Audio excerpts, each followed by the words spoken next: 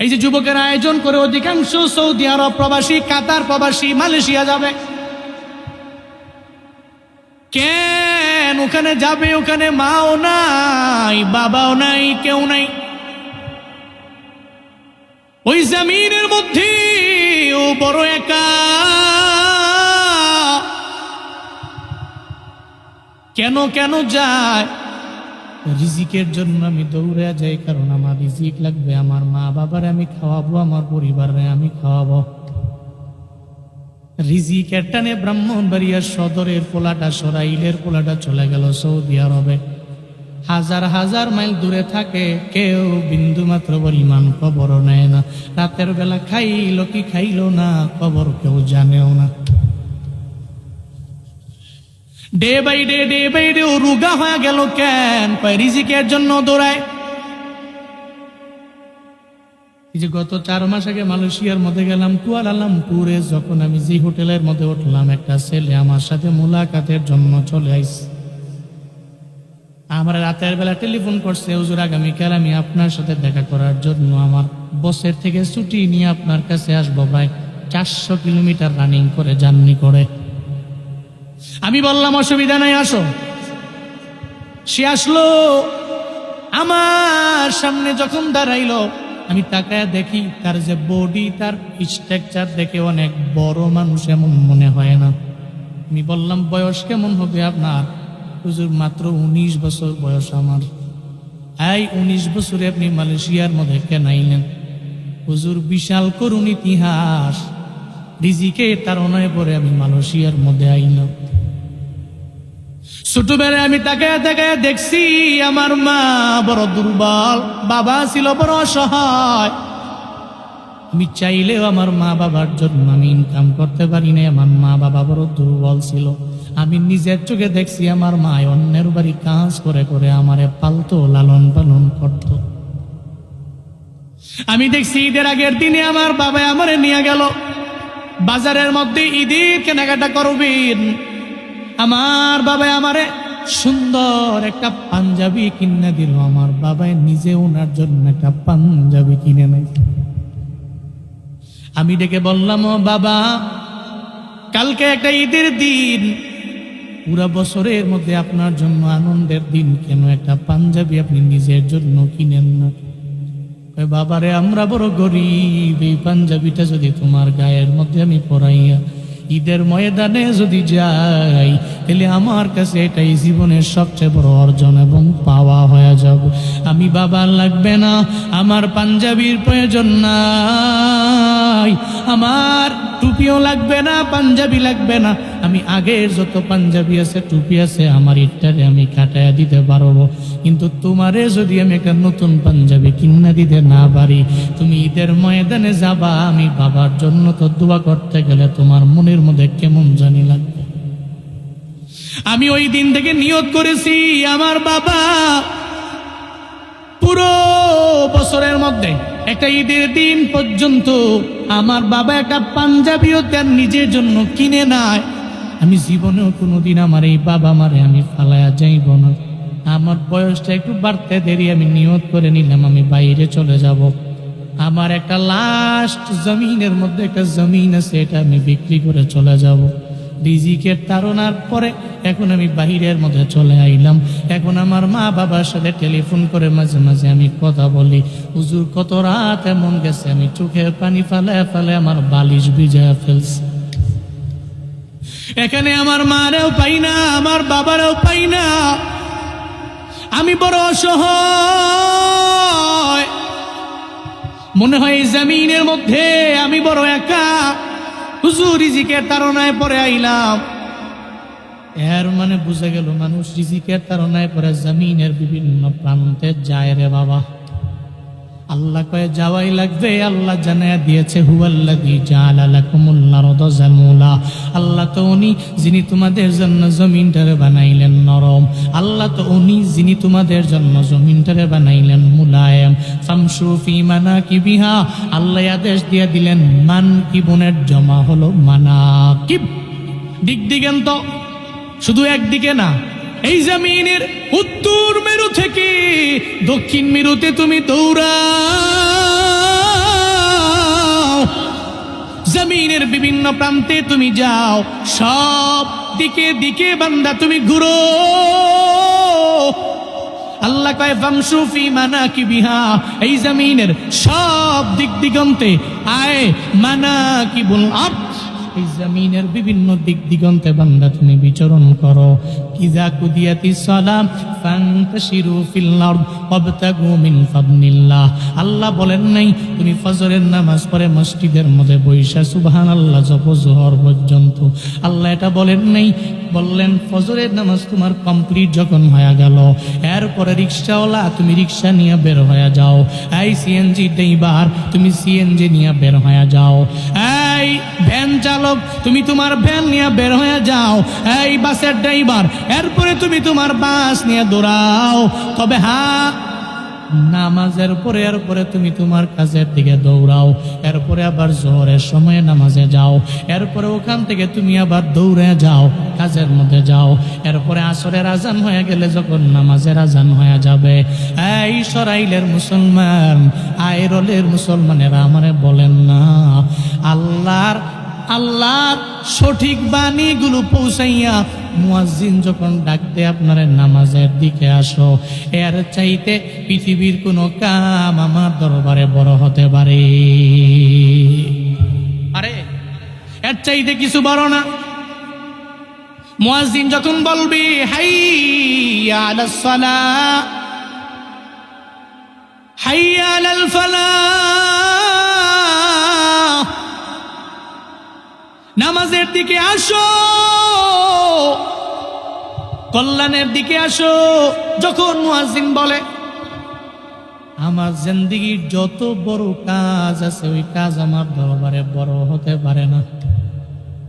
নামাজ আমার বড়, নামাজ আমার আগে, আমার কাজ আমার বড় হতে পারে।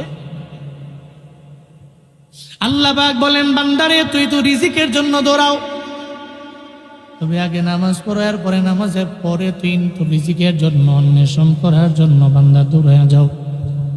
তবে সাবধান, এই চিন্তা করা যাবে না রিজিকের কারণে পরে আমি মইরাই যাবো।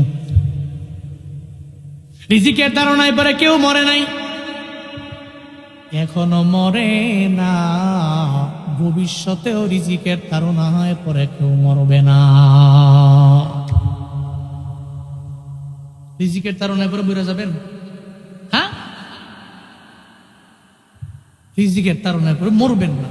আল্লাহ পৃথিবীতে রিজিকের তাড়নায় ফেলে কাউরে মারে নাই, কেউ এখন মরেও না, ইন ফিউচারে কেউ মরবে না। কারণ এই দায়িত্বভার তো পৃথিবীর কোনো ব্যক্তির কাছে আল্লাহ দেননি, এর দায়িত্বভার আল্লাহ নিজেই নিজের হাতে রেখেছেন।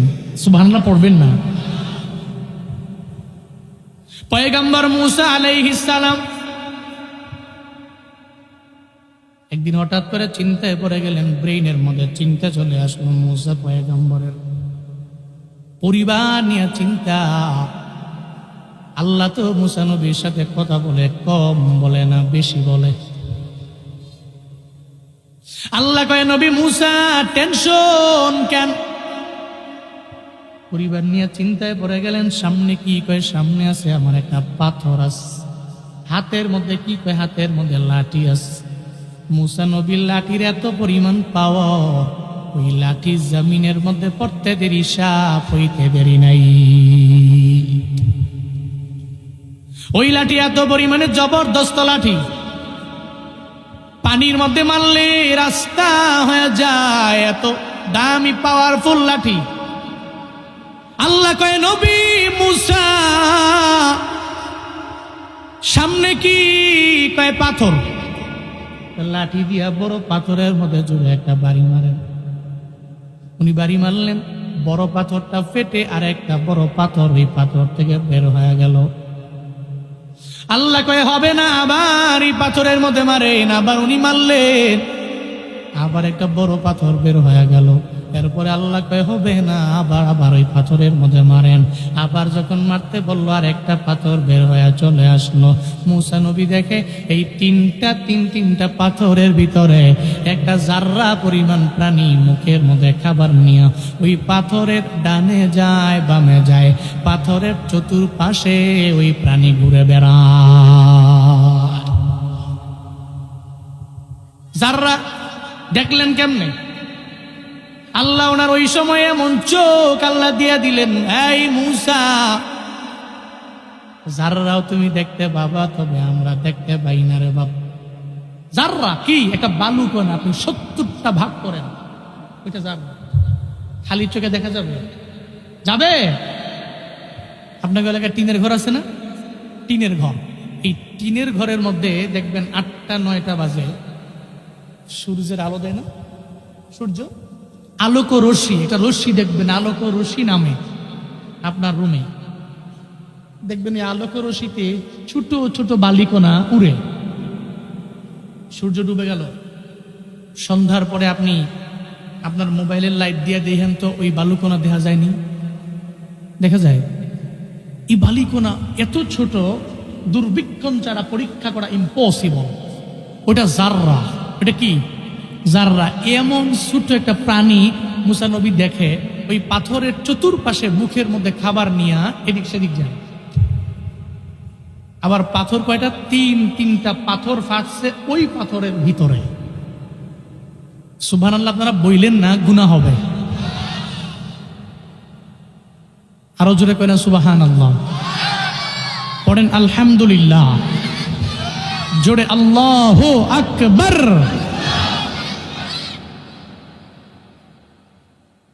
মুসা নবী বড় অবাক হয়ে গেলেন। তিনটা পাথর ভাঙলাম, এই জাররা পরিমাণ এই প্রাণী কোত্থেকে আইলো? উনি চিন্তায় পড়ে গেলেন। একটা পর্যায়ে ওই প্রাণীটা নিজে নিজে বলতে লাগলো এই পাথরের মধ্যে, সুবহানা মাইয়ারানি, আমার রব, আমার এমন মালিক, আমার রব এমন পুত পবিত্র,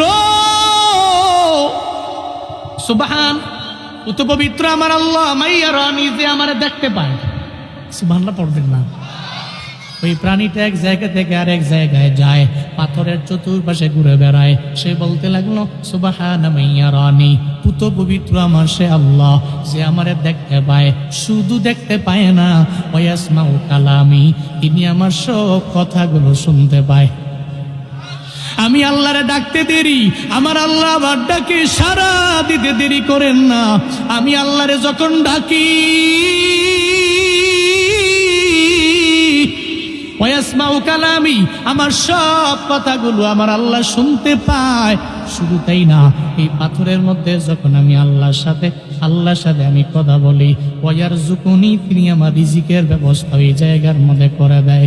শুধু তাই না, আমার আল্লাহ পাক রব্বুল আলামিন, আমি যখন আমার আল্লাহরে স্মরণ করি, ফাজকুরুনি ইয়াজকুরুকুম, আল্লাহ যে ওয়াদা দিয়া দিলেন, বান্দা তুমি আমার জিকির করো, আমার স্মরণ যদি তুমি করে নাও, আমি আল্লাহ তোমার জিকির করব, আমি আল্লাহ তোমার স্মরণ করব, আমি আল্লাহ তোমাকে ডাকব, আমি আল্লাহ তোমার খবর রাখব। কারণ বান্দা আমারে ডাকলে আমি আল্লাহ কেন বান্দার ডাকে সাড়া দিব না? ওই প্রাণীটা বলতে লাগলো, আমার আল্লাহরে আমি ডাকি, আল্লাহ আমার ডাকে সাড়া দেয়। ওয়াজকুরুনি, তিনি আমার স্মরণ মাঝে মাঝে করে। আমি কি করি না করি, কই যাই আমি, কোথায় যাই, কোথায় খাই, এই সব ব্যাপারে আমার আল্লাহ জানা। ওয়ালা ইয়ানসানি, আমার আল্লাহ এই পাথরের মধ্যে আমারে ভুলে যায় না। চিল্লা পড়া যাবে কি সুবহানাল্লাহ। হযরত মূসা পয়গম্বর অবাক হয়ে গেলেন। তিনটা পাথরের ভিতরে এই জাররা পরিমাণ প্রাণী আমার আল্লাহ বুঝি খাওয়ায়? কি খাওয়ায়? আল্লাহ খাওয়ায়। আবার রবের গুণকীর্তন করে, ও আল্লাহ, তুমি আমার এমন রব, তুমি আমারে দেখতে পাও, তুমি আমার কথা শুনতে পাও, আমার স্থান সম্পর্কে তোমার জানা আছে, আমি তোমারে স্মরণ করি, তুমিও আমারে স্মরণ করো। শুধু তাই না, তুমি আমার জীবনেও কোনোদিন ভুইলা যাও না। আমার রিজিকের সব ব্যবস্থা তুমি ওই জায়গার মধ্যে করো। এই আইরলের মুসলমান, আমায় বলেন না বান্দারা, আল্লাহ যদি তিনটা পাথরের ভিতরে একটা জাররা পরিমাণ প্রাণী রে ওই জায়গায় যদি আমার আল্লাহ খাওয়াইতে পারে, একটা প্রাণীর চাইতে কি আমাদের দাম রবের দরবারে কম না বেশি? আমরা তো আশরাফুল মাখলুকাত, যত দুনিয়াতে মাখলুক সব মাখলুকের চাইতে আমাদের দাম কম না বেশি?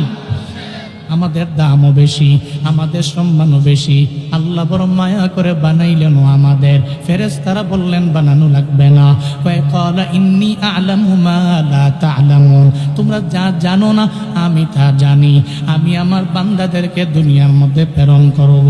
আল্লাহ পাক বলেন, ও গোলাম, তোর চিন্তা করার দরকার নাই, টেনশন করার প্রয়োজন নাই। তোর রিজিকের দায়িত্বভার তো আমি আল্লাহর হাতে রেখে দিলাম। আল্লাহ যদি আওয়ামী লীগের হাতের মধ্যে রিজিকের দায়িত্বভার দিত, তাহলে আওয়ামী লীগের সময় বিএনপির লোকেরা না খেয়ে মরে যেত। আল্লাহ যদি বিএনপির হাতে দিত, তাহলে এখন তো কাউরে বিএনপির লোকেরা কোনো খাবার দিত না, বলতো রিজিকের দরওয়াজা বন্ধ করে দিলাম। শুধু তাই না রে বাবা, আল্লাহ যদি কোনো নেতার দরবারে দিত, তাহলে তার প্রতিপক্ষরে না খাওয়া মেরে ফেলতো। শুধু তাই না, ডোনাল্ড ট্রাম্পের হাতে যদি আমার আল্লাহ যদি দিত রিজিকের পাওয়ার, তাহলে জো বাইডেন তাহলে না খায় মরে যাইতো। জো বাইডেনের হাতে দিলে ওই ডোনাল্ড ট্রাম্প না খায় মরে যাইতো। আল্লাহ কয়ে দেই নাই, ওয়ামা মিন দাব্বাতিন ফিল আরদি ইল্লা আলাল্লাহি রিজকুহা ওয়া ইয়ালামু মুস্তাকাররাহা ওয়া মুস্তাওদাআহা কুল্লুন ফি কিতাবিম মুবিন।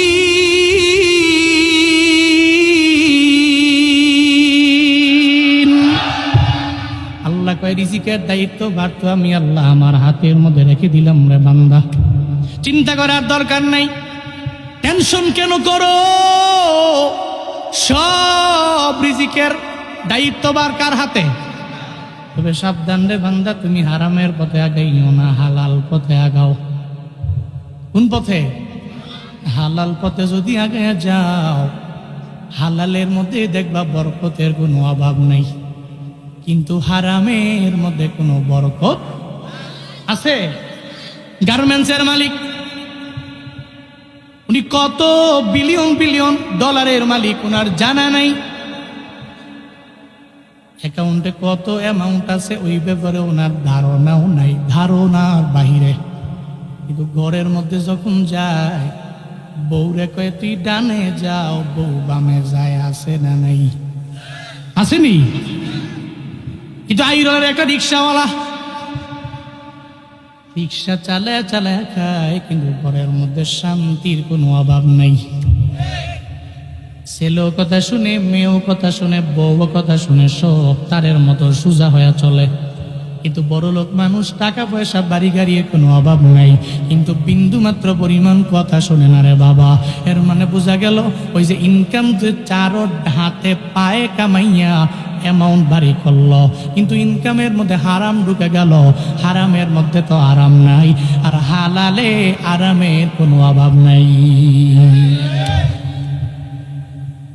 তাহলে রিজিক হলো দুই প্রকার, এক নম্বরে হালাল, দুই নম্বরে হারাম। আল্লাহ বলেন, হে মানুষ, জমিন আমি আল্লাহ বানাইলাম মুলায়েম, জমিনের সব দিকে যাও, দেখবে এক জায়গায় গেলে হালাল আছে, আরেক জায়গায় গেলে দেখবা হারাম আছে।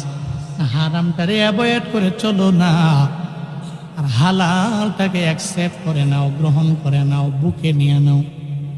হালাল ইনকাম দিয়া যদি ছেলেটারে মাদ্রাসায় দাও, এই ছেলে মানুষের মতো মানুষ হবে। সমাজের মধ্যে দেখবেন বহু পোলাপান আছে, মুরব্বী দেখলে সালামও দেয় না, জীবনেও কোনোদিন মুরব্বী দেখলে ভালো ব্যবহার করে না, বেয়াদবি করে। মানুষের মতো মানুষ না।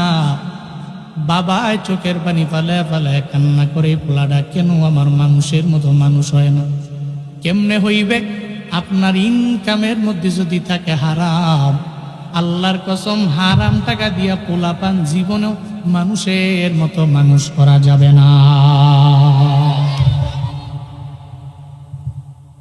বহু দেখছি আমি। বাবা এত টাকার মালিক, পোলাডারে লয়ে এসে মাদ্রাসায় পড়াবে, টাকা যা লাগবে দিব না। 15,000 20,000 মাসে লাগবে, দিব নি। ভর্তি লাগবে 20,000, দিব। টাকা যা লাগে দিব। এরপরে একটু চাই ছেলেটা হাফেজ হোক। সর্বোচ্চ 5-6 পারা পইরাই ওরার নিশানাই খুঁজে পাওয়া যায় না। এরপরে 2-3 বছর পরে দেখি যে এ আমার ফেসবুকে রিকোয়েস্ট পাঠাইছে। আমি দেখি যে তার চেহারাটা তো চেনা চেনা লাগে আমার। কি সে? ও মনে পড়ছে, ওই ছেলে। হ্যাঁ, পরে আমি ঢুকছি আইডিতে, এখন দিয়ে তার পুরা আইডিতে তার এমন ছবি, ও যে হিফসখানায় ওর বাপ দিছিল বা ও মাদ্রাসার বারান্দায় গেছে, এর কোনো নিশানা ওর বডিতে নাই, ওর স্ট্রাকচারে নাই। চুলের এমন কাটিং, হাতে আইফোন 16 Pro Max, এরপরে আবার বাইক একটা আছে। মানে ওরে দেখলে ওরে মনে হয় যে ও পাতলা এবং ফাতরা। আমি অবাক হয়ে গেছি। পরে অনেক চিন্তা করলাম, তার বাবাই যে এত কান্দলো। রিচার্জ করে দেখলাম বিভিন্ন মাধ্যমে, ওর টাকায় হারাম আছে, ওর বাবার টাকায় হারাম আছে। এই কারণে পোলা মানুষের মতো মানুষ হয় নাই। এরকম বহু নজির প্রমাণ আছে।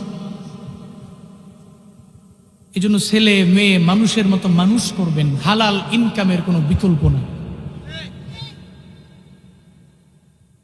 কিন্তু আপনি তো সুদি লেনদেন করেও কোন যে এটা ইটস বিজনেস অফ মানি। হুজুরা কি কয় না কয়, বেশি বুঝে। দুনিয়া দুনিয়া কিছু বুঝে না। টাকায় টাকা আনে, এটা খারাপের কি হলো? টাকায় কি আনে? টাকার ব্যবসা করি, এটা খারাপের কি হলো? হ্যাঁ, আপনি সুদি লেনদেন করে, ঘুষ খায়া, পিস্তল ঠেকায়া, বন্দুক ঠেকায়া কোটি টাকার মালিক হইছেন, তোর ঘরে শান্তি নেই তো আপনার। লাভটা কি বলেন? তবে চিন্তা করবেন না, রিজিকের তাড়নায় পরে আপনি মরবেন না।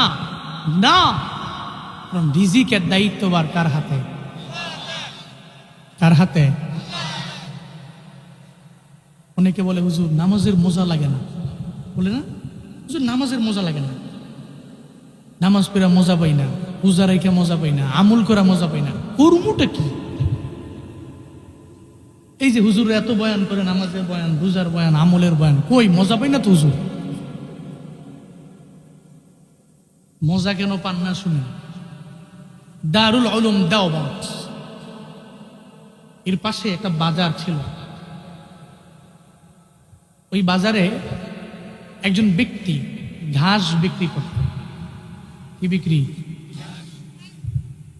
তার নাম ছিল শাহজি আব্দুল্লাহ। ঘাস বিক্রি করে জীবিকা নির্বাহ করে।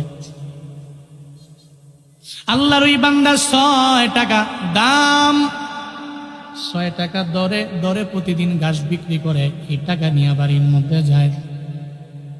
কয় টাকা? ঘাসটা নিয়ে বাজারের মধ্যে যাইতে দেরি, সঙ্গে সঙ্গে বিক্রি হইতে দেরি হয় না। ক্রেতারাও দেখবেন লাইনে দাঁড়ায় যায়। আপনার বাজারের যা দোকানদার, যেই দোকানদার ভালো, অন্যায় করে না, ইচ্ছা করে মানুষের সাথে খারাপ ব্যবহার করে না, দেখবেন তার আশেপাশে ক্রেতার অভাব নাই। আর যেই ব্যবসায়ী খারাপ আচরণ করে, দেখবেন ও বৈশা বৈশা মশা মারে। এমন নজির প্রমাণ আমাদের বাজারে আছে না? না। হযরত শাহজি আব্দুল্লাহ 6 টাকা দাম ধরে বিক্রি করে দেয়, বেশিও করে না। ক্রেতাও আছে অনেক বেশি, কোনোভাবেই দাম বাড়ায় দেয় না। ব্যবসায়ীরা যদি শুনতে পারছে পেঁয়াজের দাম অন্য জায়গায় বেড়ে গেছে, উনি পেঁয়াজ কিনছে যেই টাকা দিয়া, গত 16 বছরে আমরা দেখছি সাধারণ একটা খাবার আমাদের যেই পরিমাণ দাম দিয়া খাওয়া লাগছে। সব এগুলা ব্যবসায়ীদের সিন্ডিকেট। এরা গরিবের পেটে লাথি মারার জন্য এই কাজগুলো করেছে, ঠিক কিনা? কিন্তু উনি দাম বাড়ায় দেয় না। এই জন্য ওনার ঘাস ক্রয় করার জন্য মানুষগুলো লাইনে দাঁড়ায় যায়। ওনার ঘাসগুলো যদি নিয়ে কোনো মহিষেরে খাওয়ায়, গরুরে খাওয়ায়, তাহলে ওই দুধের মধ্যে আল্লাহ বরকত বাড়ায়া দেয়, ওই প্রাণীর মধ্যে আল্লাহ পাক রব্বুল আলামিন বরকত বাড়ায়া দেয়। উনিও বিক্রি করে চলে যায়। তবে এই টাকাগুলো নিয়ে কি করে ভাগ করে উনি তিনটা, একটা ভাগ পরিবারে খরচ করে, আর একটা ভাগ আল্লাহকে ওয়াস্তে দান করে দেয়, আর একটা ভাগ ফিউচারের জন্য জমায়া রাখে। এই আইরলের মুসলমানেরা, সরাইলের মানুষ, আপনার বেতন ভাগ করবেন কেমনে? বলে ভাগ করবেন তিনটা। একটা ভাগ পরিবারে ব্যয় করলেন, আর একটা ভাগ আপনি দান করে দিলেন আল্লাহকে ওয়াস্তে, আর একটা ভাগ আপনি নিলেন, এটা আপনি ফিউচারের জন্য জমা করে রাখলেন। আপনার লাগতে পারে কোনো একটা বিপদে পড়লে, মুসিবতে পড়লে এই অ্যামাউন্টটা আপনার লাগতে পারে। পৃথিবীর বড় বড় সালফে সালিহিনরা, বড় বড় ওলিয়ে কামেল্লা, এরা রিজিকটা তিন ভাগে ভাগ করে নিত। শাহজি আব্দুল্লাহ ভাগ করে নেয় কয়টা? তিনটা ভাগ করে নেয়। 2 টাকা উনি পরিবারে খরচ করে দান করে 2 টাকা, আর 2 টাকা ফিউচারের জন্য জমা করে। আবার পুরা বছরে একবার দেওবন্দের সমস্ত উস্তাদদেরকে ওনার বাড়িতে দাওয়াত করে খাওয়ায়। মিয়া হক্কানি আলেম দাওয়াত দিয়া ঘরে নিয়ে খাওয়াইলে ভালো, ভালো আলেম, শর্ত হইল হক্কানি আলেম আলেম। একটা ধরে নিছেন গা ভণ্ড চন্ড, বহু আলেম আছে, কিন্তু কিছু আছে উলামায়ে সু। আপনি দীঘা বিবেক দিয়া বিবেচনা কইরা আকল খাটায়া যেই আলেম বেড়া বেড়ি লইয়া নাচানাচি করে, এই জীবনে কোনোদিন ভালো আলেম হতে পারে না। ও আলেম নামের ভণ্ড। আপনি আবার আকল খাটান, আপনি যাবেন কার কাছে? 1 ঘন্টা বয়ান করে, এর মধ্যে 50 মিনিটই বয়ান করে, কি যে গায়ে গেলি। সেদিন আমার ড্রাইভার সাহেব বলতেছে, বাংলাদেশের এক ফেমাস বক্তারে দেখায়, দেখেন 1 ঘন্টা কথা কইতেছে, উনি 1 ঘন্টার মধ্যে খালি 40 মিনিট খালি কি জানি কইতাছে, খালি এই গীত গীত গাইতেছে। তা আলোচনা করবে কখন? উনি যে একটা মেসেজ দিবে, এটা দিবে কখন? বহু আছে। আল্লাহ আমাদের সবাইকে সঠিক বুঝ দান করেন। জোরে পড়েন আমিন। দাওয়াত দিয়ে খাওয়াইতেন, দেওবন্দের সমস্ত উস্তাদদেরকে দাওয়াত দিতেন, দাওয়াত দিয়ে খাওয়াইতেন। আল্লামা ইয়াকুব নানুতুবি রহমাতুল্লাহি আলাইহি বলেন, শাহজি আব্দুল্লাহর ঘরের মধ্যে পুরা বছরের মধ্যে একটা দাওয়াত খাওয়ার জন্য আমি নিজে অপেক্ষায় বইয়া থাকতাম, কবে আমার দাওয়াত দিবে, তার বাড়ির মধ্যে গিয়ে আমি 1 বেলা 2 মুঠা ভাত আমি খেতে পারবো। কেন? ও দুনিয়ার মানুষেরা, শাহজি আব্দুল্লাহর ইনকাম এত হালাল, এত ইনকামের মধ্যে বৈধ ইনকাম, এই ইনকামের টাকা দিয়ে উনি ঘরের মধ্যে জানে আমার যদি 1 বেলা খাওয়ায়, আমি একটা বেলা খাইতে দেরি হয়ে যায়, টানা 40 দিন আমি নামাজের মজা পাই, রোজার মজা পাই, আমি নেক আমলের মজা পাই, কোন গুনাহের দিকে যাইতে আমার মন চায় না। এটা হলো হালাল খাবারের প্রভাব। এরপরে আবার উনি বলেন, আমি আর একদিন আরেকজনের বাড়িতে দাওয়াত খাওয়ার জন্য গেলাম, অমুকের বাড়িতে মানে আর একজনের বাড়িতে দাওয়াত খাওয়ার জন্য আমি গেলাম। আমার সামনে খাবার দেওয়া হলো, আমি যখন খাবারটারে নিয়ে মুখের মধ্যে 1 লোকমা খাবার আমি মুখের মধ্যে নিয়ে নিলাম, সঙ্গে সঙ্গে আমার কাছে কেন জানি মনে হইল এই খাবারের মধ্যে আছে হারাম, এই খাবারের মধ্যে আছে অবৈধ ইনকামের টাকার খাবার। এটা আমি জীবনেও কোনোদিন এটা খাইতে পারি না। মনে রাখবেন, আমার আল্লাহর যেই মানুষগুলো আমার আল্লাহর খাঁটি ওলি হয়, আল্লাহর যেই মানুষগুলো আল্লাহর বড় কাছে হয়ে যায়, আল্লাহ চায় না তার বডিটা হারাম হয়ে যাক। কারণ বডি যদি হারাম হয়, তাহলে এই হারাম বডি জীবনেও কোনোদিন জান্নাতে যাবে না। লা ইয়াদখুলুল জান্নাহ জাসাদুন গুদিয়া বিল হারাম, ওই দেহ জান্নাতে যাবে না যেই দেহ হারাম দ্বারা লালিত পালিত হয়, জীবনও কোনোদিন যাবে না। আল্লাহ এজন্য চায় না ওর বডি হারাম হয়ে যাক, আল্লাহ চায় না ওর বডিটা হারাম হইয়া ও জান্নাত থেকে মাহরুম হয়ে যাক, আল্লাহ এটা চায় না। আল্লাহ পাক জানায় দিলেন, ইয়াকুব না নতবি, মনের মধ্যে বেশি উঠল, আপনি খাবার খেতে পারেন না, আপনার মুখের মধ্যে যা নিছেন আপনি ফালায়া দেন। আমার মাওলার যারা অলি রে, এরা জীবনেও কোনোদিন হারামের দিকে এরা যায় না, কারণ হারামে গেলে আল্লাহর ডাইকাও এরা মজা পায় না। আউলিয়ার